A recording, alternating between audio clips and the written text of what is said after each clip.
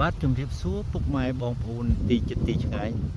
បាទខ្ញុំសូមបង្ហាញទីតាំងដីឡូមួយកន្លែងដែលទើបតែនឹងពុះបាទទីតាំងដីឡូនេះមានចម្ងាយ1800ម៉ែត្រពីសាលាខេត្តកំពង់ស្ពឺពីផ្សារកំពង់ស្ពឺពីសាលារៀនពីធនាគារនិងពីមន្ទីររដ្ឋបាលផ្សេងៗនៃខេត្តកំពង់ស្ពឺនិងដែលនៅជុំវិញសាលាខេត្តកំពង់ស្ពឺមានគេយដ្ឋានជាច្រើនបាទជួរាប់ពាន់រាប់ម៉ឺនបាទហើយដែលមានចម្ងាយពីដីឡូមកតែ1800ម៉ែត្រទេយើងឃើញជាក់ស្ដែងបាទកំពូលស្រួចនេះយើងឃើញជាក់ស្ដែងនេះគឺជាសាលាខេត្តកំពង់ស្ពឺបាទដែលមានចម្ងាយ1800ម៉ែត្រនោះបាទយើងឃើញកំពូលសាលាខេត្តកំពង់ស្ពឺបាទហើយនេះជាគេយដ្ឋានប្រជាជនយើងដែលមានចម្រុះទៅដោយវិឡាផ្ទះវែងផ្ទះអីជាច្រើនបាទនៅហ្នឹងដែលមានចម្ងាយ1800ម៉ែត្រពីដីឡូហើយរីឯផ្លូវនេះជាផ្លូវរត់នៅមុខដីឡូហ្នឹងយើងឃើញជាក់ស្ដែងផ្លូវរត់នេះមានទទឹង10ម៉ែត្របាទដែលខ្ញុំធ្វើឲ្យចាក់គ្រុះហមចាក់អីឡើងស្អាតបាទទទឹង10ម៉ែត្របាទយើងមើលទីតាំងដីឡូជាក់ស្ដែងហើយនឹងផ្លូវរត់បាទផ្លូវរត់បាទហើយនឹងដីឡូបាទរីឯផ្លូវនៅក្នុងដីឡូនេះខ្ញុំបាទធ្វើវាផ្លូវ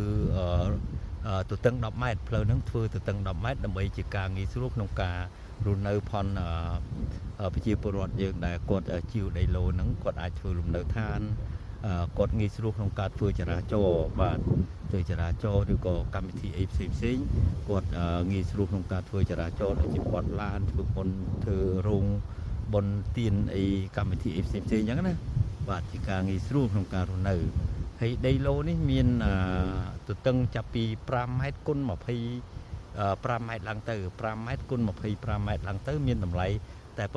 7500ទេបាទហើយខ្ញុំកាត់ប្លង់រឹងជូនបាទកាត់ប្លង់រឹងជូនហើយយើងមើលជាក់ស្ដែងនៅខាងនោះផ្ទះដែលមានពណ៌ត្រួយចេកនឹងគឺជាសួនទឹកកំពង់ស្ពឺហើយនិងសួនទឹកម្លិះ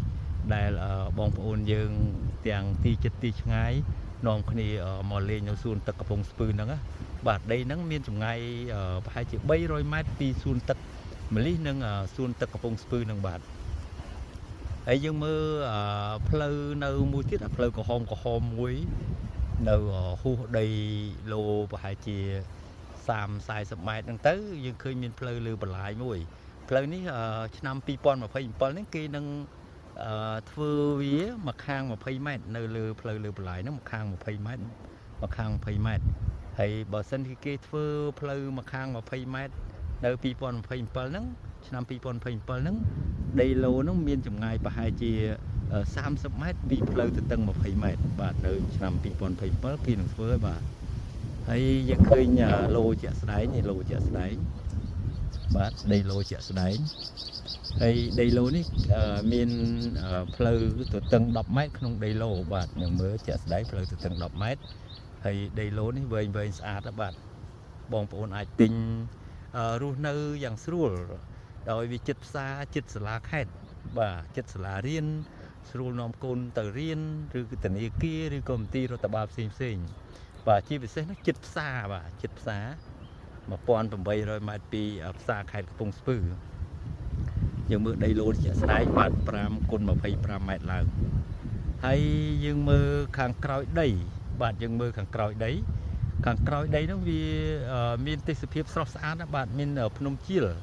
បាទយើងឃើញភ្នំជាលវាមានទាបមានខ្ពស់មានភ្នំជាច្រើនបាទដែលអមទៅដោយផ្លូវល្បឿនលឿនណាបាទយើងឃើញមានភ្នំជាច្រើនអមទៅដោយផ្លូវល្បឿនលឿនមានទេសភាពស្អាតមិនចាញ់បរទេសទេបាទយើងឃើញជាក់ស្ដែងបាទនេះភ្នំជាលដែលអមទៅដោយផ្លូវល្បឿនលឿនបាទយើងនឹងមានឡាន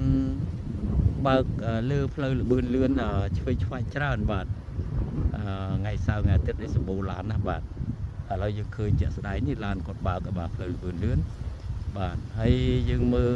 ដីឡូបាទនៅក្រោយដីឡូហ្នឹងមានភ្នំជាលបាទដែលឃើញជាក់ស្ដែងនេះដីឡូបាទដីឡូហ្នឹងរៀបចំរួចរាល់អស់ហើយ ធានាសុវត្ថិភាពក្នុងការទិញបានដីទិញបានទាំងប្លង់រឹងបាទខ្ញុំទទួលខុសត្រូវជានិច្ចចំពោះមុខច្បាប់ក្នុងការទិញដីឡូនេះបាទបងខ្ញុំជាម្ចាស់ដីបាទបងប្អូនអាចទេមកលេខទូរស័ព្ទ015 62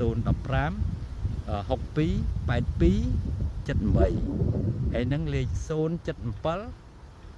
3600នឹងលេខមួយខ្សែទៀត015 50 60 99ហើយមិនតែប៉ុណ្ណោះយើងខ្ញុំអាចភ្ជាប់ប្លង់ដីរួមដែលមានតម្លៃនឹងម៉ែត្រការ៉េនិងក្បាលដីនីមួយៗនៅក្នុងប្លង់រួមនៃដីឡូនេះបងប្អូនអាចឆែកមើលហើយសិក្សាមើលព្រោះមានទំហំដីច្រើនវាមានដីខ្លះមានពី10ម៉ែត្រខ្លះមាន10ម៉ែត្រក្បាលដីបងប្អូនអាចមានជម្រើសច្រើនក្នុងការសិក្សាមើលតើគូយកមួយណាអីមួយណាអញ្ចឹងណាបាទហើយខ្ញុំនឹងភ្ជាប់ជាមួយវីដេអូនេះនៅប្លង់ដីរួមប្លង់ដីឡូបាទខ្ញុំនឹងភ្ជាប់ប្លង់ដីឡូប្លង់រួមដើម្បីងាយស្រួលក្នុងការជ្រើសរើសបាទនេះដីឡូជាក់ស្ដែងបាទដីឡូជាក់ស្ដែងបាទសូមអរគុណ